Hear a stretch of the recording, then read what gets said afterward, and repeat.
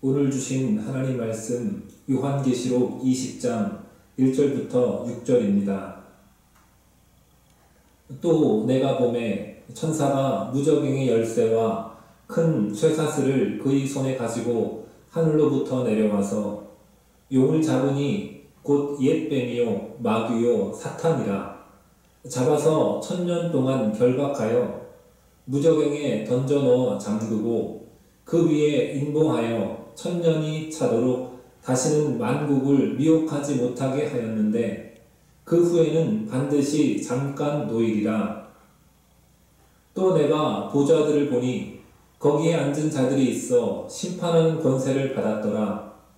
또 내가 보니 예수를 증언함과 하나님의 말씀 때문에 목배임을 당한 자들의 영혼들과 또 짐승과 그의 우상에게 경배하지 아니하고 그들의 이마와 손에 그의 표를 받지 아니한 자들이 살아서 그리스도와 더불어 1000년 동안 왕 노릇하니 그 나머지 죽은 자들은 그 1000년이 차기까지 살지 못하더라. 이는 첫째 부활이라. 이 첫째 부활에 참여하는 자들은 복이 있고 거룩하도다. 둘째 사망이 그들을 다스리는 권세가 없고 도리어 그들이 하나님과 그리스도의 제사장이 되어 1000년 동안 그리스도와 더불어 왕노릇하리라. 아멘. 사랑하는 성도 여러분, 오늘 하루도 수고 많으셨습니다. 하나님의 위로와 평강이 가득하기를 축복합니다. 이제 정말로 새봄이 멀지 않았습니다. 여러분의 가정과 생업의 현장에도 봄날의 따스함이 충만하기를 기도합니다.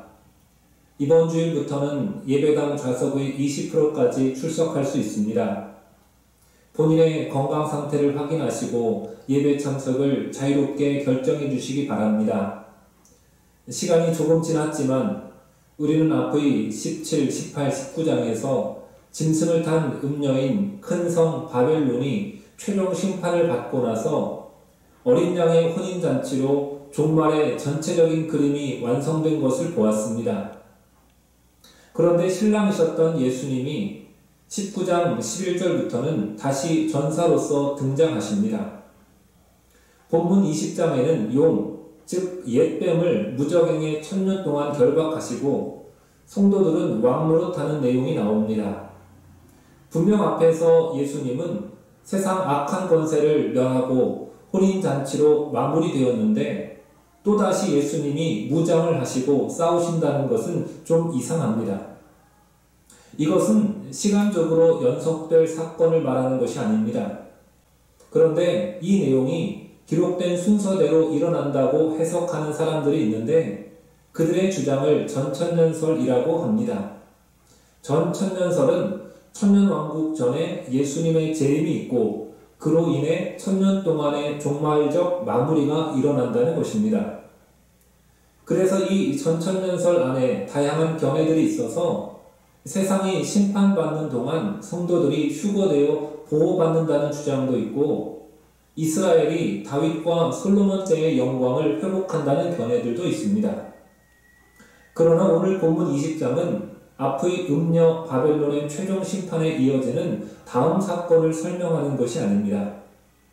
오히려 영화처럼 마지막 아름다운 장면을 가까이 당겨 먼저 보여주었다가 이번에는 시점을 멀리해서 그 아름다운 장면까지 성도들이 겪어야 할 긴 현실에 대해 보여주는 장면인 것입니다.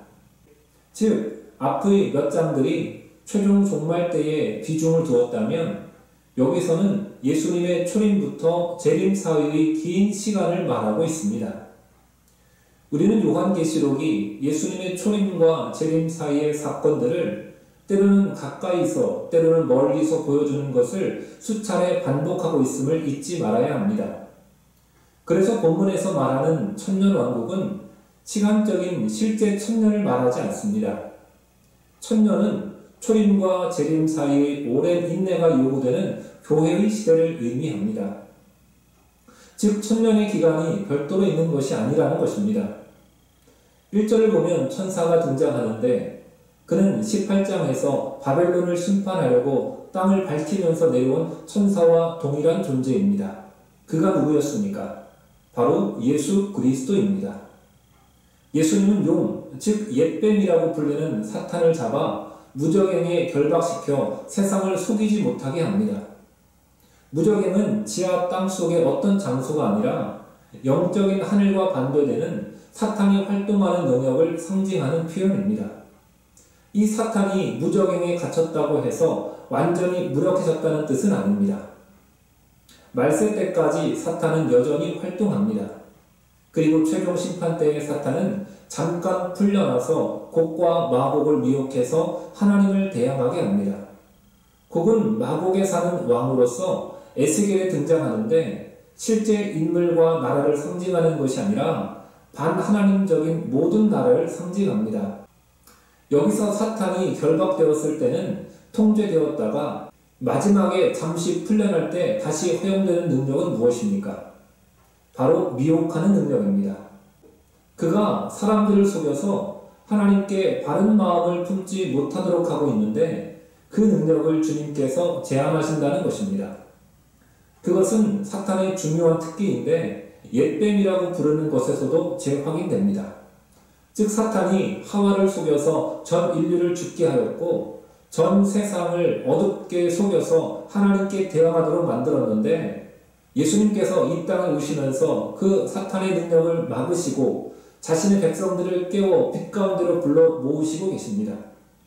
그래서 사탄은 이런 일이 자기에게 닥치는 것을 막으려고 구약의 역사 속에서 예수님의 오심을 방해했고 그런 그의 노력이 앞의 12장에서 여자가 아이를 낳으면 삼키려는 용의 모습으로 묘사된 것입니다. 그러나 사탄의 시도는 실패하고 그 약속된 아이가 태어나자 이 용, 사탄은 쫓겨나게 됩니다. 누가복음 10장 18절을 보면 예수님께서 사탄이 하늘로부터 번개같이 떨어지는 것을 내가 보았노라 라고 말씀하신 것이나 그 귀신들을 쫓아내는 이적들을 보여주신 것은 그런 사탄의 제압됨을 보여주는 증거입니다. 사탄은 하나님의 나라를 방해하려고 세상 사람들을 속이고 있습니다. 예수님이 이 땅에 오시기 전에는 모든 나라들이 꾀임에 빠지고 하나님의 백성들은 거의 멸종되다시피 했습니다. 사탄의 꾀임에 빠진 자들이 하나님의 백성을 계속 멸절시켜 왔기 때문입니다. 그러나 주님께서 이 땅에 오심으로 하나님 나라가 도래했고 예수님의 주권이 선포되었습니다. 성령께서도 본격적으로 사람들이 그리스도를 알도록 일하시기 때문에 사탄은 결박되어서 이전처럼 거의 모든 사람들을 미혹하지는 못합니다. 그래서 지금의 교회 시대는 이전에는 없었던 하나님께서 사람들을 어둠 가운데 불러내셔서 구원하시는 놀라운 시간입니다. 세상 모든 민족 가운데서 자기 백성을 모으시는 시간입니다. 그것이 천년왕국의 시간입니다. 그래서 구약이 하나님의 백성들이 점점 소멸하고 남은 자들이 희박한 것으로 묘사하는 데 반해 신약은 점점 왕성하고 허다한 무리로 묘사하는 이유는 바로 그것입니다. 물론 하나님의 백성이 가시적으로 많아질수록 사탄의 핍박은 더욱 노골적이게 됩니다. 그래서 4절에서 예수를 증언함과 하나님의 말씀 때문에 목배임을 당한 자들의 영혼들이라고 성도들을 묘사하고 있습니다. 교회의 시대는 승리의 시대, 구원의 시대인 동시에 더욱 거센 저항과 핍박의 시대입니다. 그래서 요한계시록은 사탄과 그의 꾀임에 넘어간 세상 나라들이 심판에 대한 위기감과 하나님에 대한 미움을 가지고 어린 양을 따르는 자들을 핍박해서 죽이기도 하지만 그것이 그 성도들의 패배나 죽음이 아니라는 것을 말하는 것입니다. 죽음이 나약한 패배가 아니라 승리이고 세상을 심판할 일이 되기 때문입니다.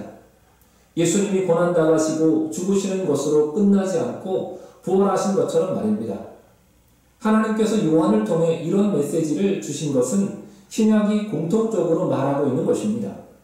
즉 부활이 나중에 심판 때 살아나는 것만을 의미하지 않고 지금 예수를 믿어서 하나님과의 바른 관계를 누리는 것에서 경험된다는 것입니다. 이 부활의 진리 안에서 현재를 살아가고 인내하는 것입니다. 요한은 이미 자신의 복음서에서 이 진리를 말했습니다. 요한복음 5장 24절을 보면 내가 진실로 진실로 너희에게 이르노니 내 말을 듣고 또 나 보내신 이를 믿는 자는 영생을 얻었고 심판에 이르지 아니하나니 사망에서 생명으로 옮겼느니라. 진실로 진실로 너희에게 이르노니 죽은 자들이 하나님의 아들의 음성을 들을 때가 오나니 곧 이때라. 듣는 자는 살아나리라 라고 말씀했습니다. 성도가 예수님의 부활 속에서 현재 산다는 것은 예수님이 당하신 고난, 하나님 편에 선 것으로 인한 고난을 현재 겪는 것으로 경험됩니다. 예수님의 부활은 순종을 위한 고난과 밀접하게 관련이 있기 때문입니다. 신약 성경은 성도가 그리스도 안에서 이미 부활한 자로 여김받는 이 신비로운 원리를 말하고 있습니다. 하나님께서 예수 그리스도를 믿고 의지하는 자들을 예수 그리스도 안에서 하나로 여겨주시는, 동일하게 여겨주시는 이 신비가 기독교 안에 있습니다. 예수님과 성도를 한 몸으로, 신랑과 신부로 말하는 것 역시 결국 이 신비를 깨닫게 하는 것입니다. 그래서 계시록에서 성도들을 가리키는 표현들, 즉 6장과 13장에서 죽임당한 영혼들, 또 본문 4절에서 목배임당한 영혼들이라고 표현하는 것 역시 5장과 13장에서 일찍 죽임당한 어린 양이 지시하는 예수님과 동일시되고 있음을 넌지시 알려주는 것입니다. 그런 이해 속에서 우리가 현재 부활 속에 있음을 알고 인내하면서 이미 하나님 나라에 속한 삶을 살라고 말하는 것입니다. 죽음과 고통을 두려워하지 말라는 것입니다. 성도를 예수님과 동일시하시는 하나님께서 우리를 예수님처럼 부활시키실 것이기 때문입니다. 이미 영적으로 부활을 살고 있기 때문입니다. 그래서 로마서 8장 17절에서 바울은 우리가 그와 함께 영광을 받기 위하여 고난도 함께 받아야 할 것이니라고 말씀합니다. 고린도후서 1장 5절은 그리스도의 고난이 우리에게 넘친 것 같이 우리가 받는 위로도 그리스도로 말미암아 넘치는도다 라고 말씀합니다. 빌립보서 1장 29절은 그리스도를 위하여 너희에게 은혜를 주신 것은 다만 그를 믿을 뿐 아니라 또한 그를 위하여 고난도 받게 하려 하심이라고 말씀합니다. 골로새서 1장 24절은 나는 이제 너희를 위하여 받는 괴로움을 기뻐하고 그리스도의 남은 고난을 그의 몸된 교회를 위하여 내 육체에 채우노라 라고 말씀합니다. 이렇게 신약 저자들은 고난을 통해 자신과 그리스도를 동일시하는 것을 중요하고도 신비한 원리로 말하고 있습니다. 구약에서는 구원받아야 할 우리 자신과 대신 죽임당한 재물이 그런 관계였고 신약에서 비로소 예수님과 우리 자신이 그런 동일시되어야 함을 말씀합니다. 그것이 믿음에 담겨져 있어야 하고 그것은 고난을 통해 신비하게 경험되어진다고 말합니다. 그러므로 본문 6절에서 성도가 그리스도의 제사장이 되어 천년 동안 왕노릇하는 다스림 역시 힘과 지위가 아닌 예수님처럼 고난당하는 것으로 다스림에 동참하는 것입니다. 이 동일시의 은혜를 모르는 악인들은 자기를 의지했기 때문에 12, 13절 말씀대로 심판 때 자기 행위에 근거한 심판을 당합니다. 그러나 성도는 자신과 동일시해 주시는 어린 양의 완전한 순종에 근거해서 구원받습니다. 우리는 자신의 생명이 예수 그리스도 안에 보장되어 있음을 믿고 죽음과 고난을 두려워하지 않는 믿음을 가져야 합니다. 우리 모두 힘들고 고단합니다. 교회도 고통스럽습니다. 그러나 이것이 은혜입니다. 우리가 의도한 것은 아니지만 우리를 사랑하시기 때문에 주시는 고난입니다. 예수님을 닮아가고 있는 것입니다. 예수님을 신뢰하는 사람은 예수님처럼 끝내는 승리할 것입니다. 절망 속에서 주님을 더욱 의지하는 저와 여러분의 삶이 될 수 있기를 주님의 이름으로 축복합니다. 기도하겠습니다. 사랑의 하나님, 우리의 삶이 참 힘들고 고달픕니다. 전염병의 유행으로 인한 고난과 세속화된 세상에서 물질적인 어려움도 많습니다. 가정의 아픔도 있고 질병으로 고통당하기도 하며 자녀들이 살아갈 미래가 걱정스럽기도 합니다. 하지만 주님, 이 수많은 고통의 문제들 속에서도 믿음을 잃지 않게 하시고 더욱 신실한 하나님의 자녀가 되게 하여 주시옵소서. 오히려 예수님 걸어가신 그 십자가의 길을 가게 하시오니 감사하게 하시고 인내함으로 주님 가신 그 길을 걷게 하여 주시옵소서. 우리 안에 주님의 생명이 약속된 줄을 믿고 날마다 담대한 삶을 살게 하여 주시옵소서. 오늘 하루도 열심히 살게 하시니 감사드립니다. 매 순간순간 주님과 동행하는 삶이 되게 하시고 부활의 기쁨, 천국의 기쁨을 누리는 참된 성도의 삶이 되게 하여 주시옵소서. 일이 계획대로 되지 않아도 실망하지 않게 하시고 더 좋은 것을 주시려는 하나님 아버지의 마음을 보게 하여 주시옵소서. 마음이 상한 자를 위로하시며 새 힘과 용기를 주시옵소서. 생업의 현장에서 안전하게 하시고 보람을 찾게 하시며 함께 살아가는 이웃들에게 덕을 끼치는 삶이 되게 하여 주시옵소서. 사랑하는 자녀들이 그리스도 안에 있는 구원을 알게 하시고 하나님의 귀한 일꾼들이 되게 하여 주시옵소서.